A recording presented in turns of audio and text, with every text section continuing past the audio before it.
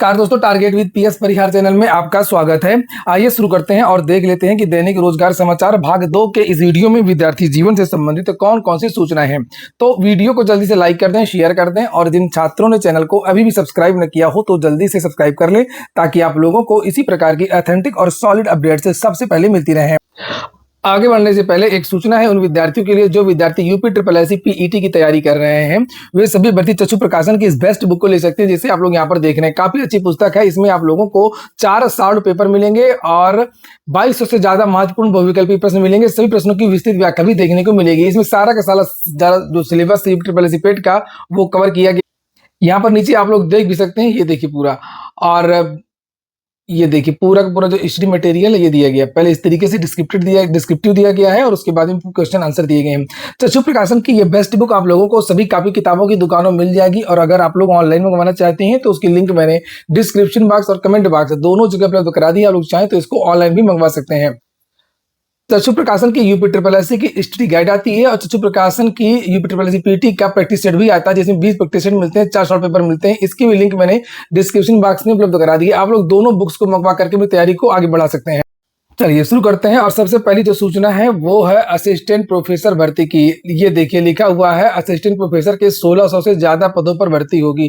अरे विज्ञापन कब निकलेगा? कभी असिस्टेंट प्रोफेसर को लिख करके आता है, कभी टीजीटी पीजीटी को लिख करके आता है, कभी 16,000 टीजीटी, कभी 2700 पीजीटी, कभी 23,000, कभी 23,000 नहीं 24,000, कभी इस तरीके की सूचनाएं आ रही है, लेकिन कोई भी शिक्षक भर्ती का विज्ञापन जारी अभी तक नहीं हुआ है। देख लीजिए फिर भी जो समाचार पत्रों में जानकारी दी गई है और चूंकि सुबह की वीडियो में यही जानकारियां होती भी हैं। लिखा असिस्टेंट प्रोफेसर के 1600 से ज्यादा पदों पर भर्तियां होंगी। चुनावी साल में बेरोजगारों को असिस्टेंट प्रोफेसर के पदों पर भर्ती का मौका मिलेगा। प्रदेश के 330 अशासकीय सहायता प्राप्त महाविद्यालयों में असिस्टेंट प्रोफेसर के 1600 से अधिक पदों पर भर्ती होगी। उच्च शिक्षा निदेशालय को विभिन्न महाविद्यालयों से रिक्त पदों की सूचना मिल गई है और जिसे उत्तर प्रदेश शिक्षा सेवा चयन आयोग के पोर्टल पर अपलोड कर दिया गया है और इन पदों का विज्ञापन संख्या 51 के पदों से मिलान करने के बाद में 1-2 दिन में अंतिम रूप से सूचना चयन आयोग को दे दिया जाएगा। पहले लगभग 1150 रिक्त पदों की बात कही जा रही थी, लेकिन हाल के दिनों में उच्च शिक्षा निदेशालय के स्तर से सख्ती बढ़ने के बाद महाविद्यालयों के प्रबंधकों ने और रिक्त पदों का अध्याचन भेज दिया है। उच्च शिक्षा निदेशक डॉक्टर BL शर्मा का कहना है कि चयन आयोग के पोर्टल पर रिक्त पदों की सूचना भेजी जा रही है। इससे पहले 2022 में असिस्टेंट प्रोफेसर के 1017 पदों पर विज्ञापन जारी हुआ था, जिसमें बीएड के 109 पदों को छोड़कर के शेष 910 पदों की लिखित पुनर्परीक्षा 18 और 19 अप्रैल को कराई जा चुकी है। तो एक बड़ी भर्ती असिस्टेंट प्रोफेसर की भी हो सकती है। टीजीटी पीजीटी के साथ में कोई बड़ी बात नहीं है। अगली जो सूचना है इसमें प्रचार भर्ती को लेकर के भी है। एडेड महाविद्यालयों में जो प्रचार होते हैं उनके रिक्त पदों में भी वृद्धि होने की उम्मीद है। उच्च शिक्षा निदेशालय ने 111 पदों का अध्याचन चयन आयोग के पोर्टल पर भेज दिया है। हालांकि अभी कई महाविद्यालयों ने रिक्त पदों की सूचना नहीं भेजी है और उच्च शिक्षा निदेशालय ने क्षेत्रीय उच्च शिक्षा अधिकारियों से सत्यापन की रिपोर्ट मांगी है, जिसमें और रिक्त पदों की सूचना मिल रही है। वहीं पर कंपोजिट विद्यालयों में शिक्षकों के पद सृजन का प्रस्ताव जो मांगा गया सीएम की तरफ से, इसके बारे में सुबह की वीडियो में जानकारी दे ही चुका हूं। जो 82 नए विद्यालय खुलने हैं उसमें नई भर्तियां होंगी। अगली सूचना है पीजीटी में कृषि में बीएड की अनिवार्यता पर करें पुनर्विचार। विद्यार्थियों का यह कहना है कि हम 6-6 साल एग्रीकल्चर पढ़ते हैं, 2 साल और बीएड पढ़ना पड़ेगा, बहुत लेंथी हो जाएगा, बीएड की कोई आवश्यकता नहीं है। कृषि के विद्यार्थियों को बीएड से मुक्त करना चाहिए, ये उनकी मांग है। और लिखा है प्रदेश में पीजीटी कृषि विषय भर्ती में बीएड अनिवार्य करने से अभ्यर्थी परेशान है। उनका कहना है कि वे बीएससी कृषि एवं एमएससी कृषि कुल 6 साल पढ़ाई करके आते हैं और इस सभी तो आते हैं पढ़ाई करके, आप ही लोग क्यों आते हैं? इसके बावजूद उनके लिए बीएड अनिवार्य किया जाता है तो उन्हें 2 साल और पढ़ाई करनी होगी। यह ठीक नहीं है। उन्होंने मुख्यमंत्री योगी आदित्यनाथ को पत्र भेज करके कहा है कि यह व्यवस्था कृषि व संबद्ध विषयों के अभ्यर्थियों के लिए समान अवसर नहीं उपलब्ध कराएगी, क्योंकि वे कृषि शिक्षा के दौरान फील्ड प्रशिक्षण और व्यवहारिक शिक्षण भी लेते हैं। उन्होंने कहा कि कई राज्यों ने पीजीटी में बीएड की अनिवार्यता सभी विषयों में समान रूप से लागू नहीं किया है। जैसे उत्तर प्रदेश में ही आप लोग देख सकते हैं, कंप्यूटर शिक्षक भर्ती का विज्ञापन निकला था उत्तर प्रदेश लोक सेवा आयोग से, तो उसमें बीएड की अनिवार्यता को हटा दिया गया है। तो कुछ स्पेशल सब्जेक्ट्स होते हैं जिसमें सरकारें हटा सकती हैं, हटाती रही हैं, तो उसी तरीके की मांग ये विद्यार्थी कर रहे हैं। अभ्यर्थियों ने ये मांग की है कि कृषि विषय के अभ्यर्थियों को बीएड की अनिवार्यता से छूट दिया जाए, कृषि पीजी को ही समकक्ष शिक्षण योग्यता के रूप में मान्यता दी जाए। जिस तरीके से अभी तक केवल स्नातक मांगा जाता था, तो कृषि के जो विद्यार्थी उनसे केवल कृषि में स्नातक मांगा जाए और इनको ये मौका दिया जाए। शिक्षकों के तबादले को लेकर के भी कुछ जानकारी दी गई है। शासन ने भ्रम दूर किया। छात्र शिक्षक अनुपात की जिलावार सूची भी जारी की गई है। इसमें बहुत सारे खुलासे भी हुए हैं कि बहुत सारे ऐसे जिले हैं जहां पर बहुत खराब स्थिति है।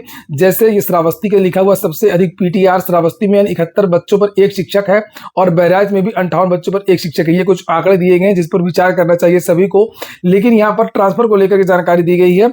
लिखा है विद्यालयों में कार्यरत शिक्षकों दंपतियों के अंतर जनपदीय तबादले को लेकर के शासन ने स्थिति स्पष्ट कर दी। अब शिक्षक दंपति में से किसी एक के ऑनलाइन आवेदन करने पर केवल उसी शिक्षक के तबादले पर विचार किया जाएगा। आवेदन नहीं करने वाले पति या पत्नी का तबादला नहीं होगा।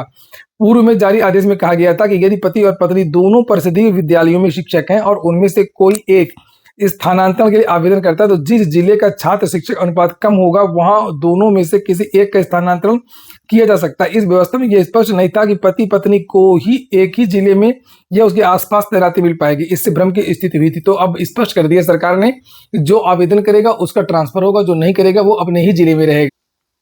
उत्तर प्रदेश लोक सेवा आयोग की है अगली सूचना। अभ्यर्थियों को राहत मिल गई है। विद्यार्थी कोर्ट गए थे। मुख्य परीक्षा के पहले बहुत सारे विद्यार्थियों को बाहर किया गया था। विद्यार्थियों ने प्रत्यावेदन दिया था लेकिन लोक सेवा आयोग ने सुना भी नहीं था।